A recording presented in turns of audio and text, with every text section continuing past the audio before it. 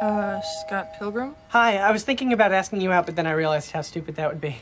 So do you want to go out sometime? Superheroes might rule the box office today, but the visual mechanics of the medium that spawned them have been mimicked considerably by directors for decades, to varying levels of success. Faux panels, speed lines, and sound effects can be traced as far back as the Batman 1966 TV show. However, a lot have fallen short, or been used out of pure kitsch. Told ya! Comic books was bad for ya! With one major exception. Scott Pilgrim is one of the only movies to ever successfully use comic book storytelling in a live-action film. Scott Pilgrim vs. the World was co-written by Edgar Wright and Michael McCall, and based on comic book series Scott Pilgrim. The film has a keen visual language all its own, as does most of Edgar Wright's works. It uses energy, style, and ingenious transitions better than, well, most films not made by Edgar Wright in the 10 years since the film's release. Despite the film's commercial failure at the box office, it has since found a solid foundation of love among both the film fans and genre hounds alike. For the uninitiated, Scott Pilgrim follows the eponymous character as he begins dating manic pixie dream girl incarnate Ramona Flowers. You know this one girl with hair like this? Yes, that's Ramona Flowers.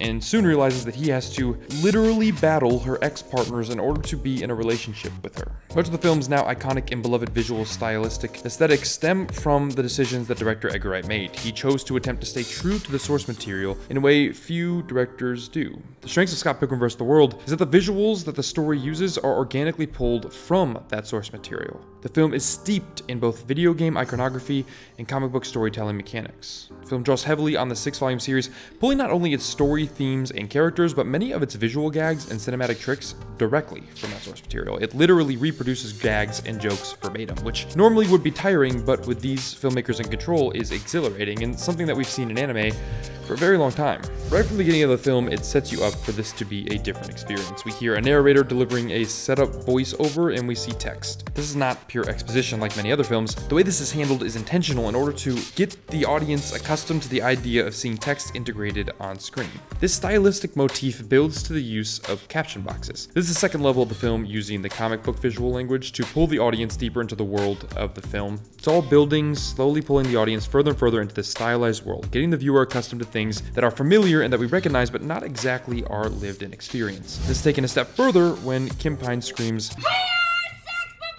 we see her words manifest literally, 1, 2, 3, 4 in midair. The text is also not a cold black and white font, it's a diffused digital printed look, almost half video game and half Ben-Day dots, paying homage to the twin mediums that spawned Scott Pilgrim. Whether playing music, we get the added visual motion lines or action lines that give everything a stylized and hyperkinetic feel. This appears to be a fun stylistic flourish here, but later in the movie it will prove to be a vital storytelling technique.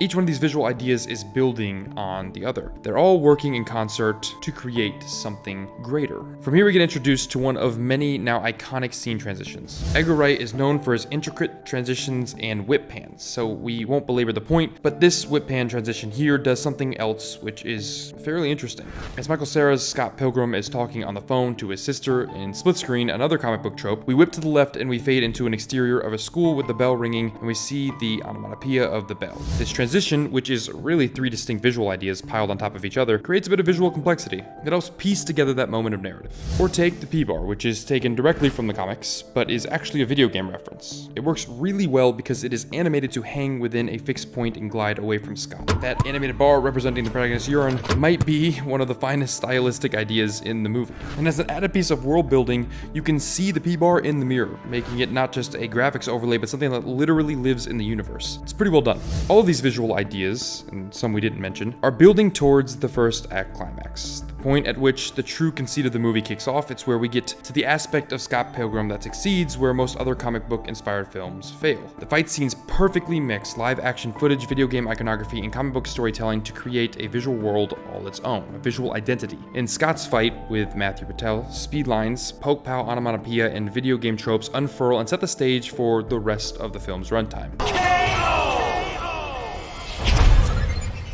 Every fight for the rest of the movie uses these ideas and builds on them further. They all flow directly from the characters and they build and expand the world of that story just like the comic would.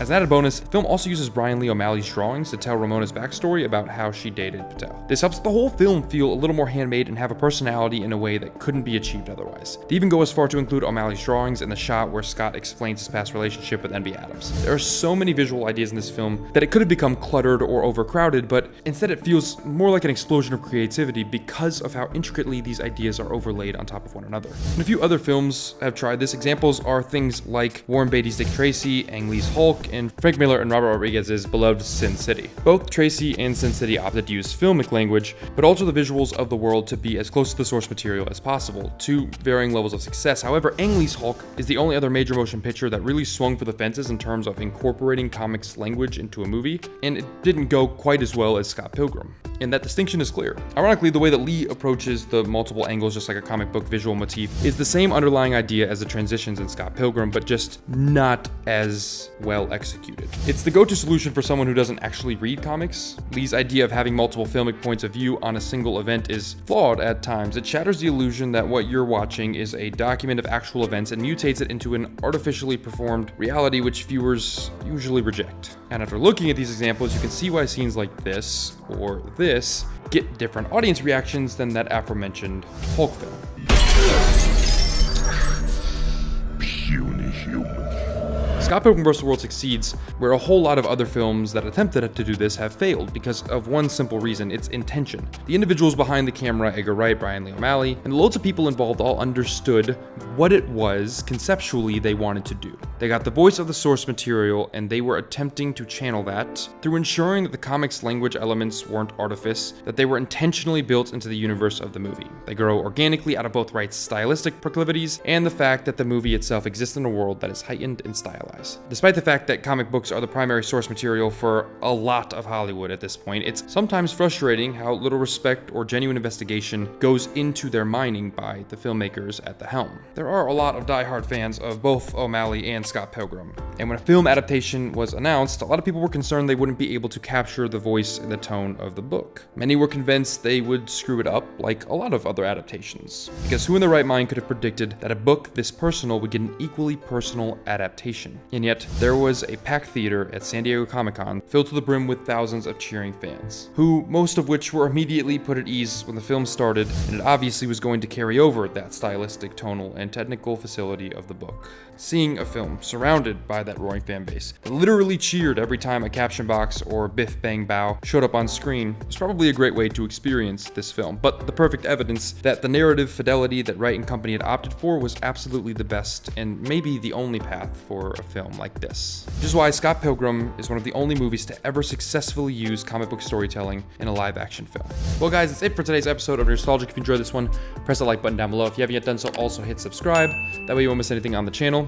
Right here are two more. You can click on either of these, stay right here, and hopefully I will see you guys in the next one.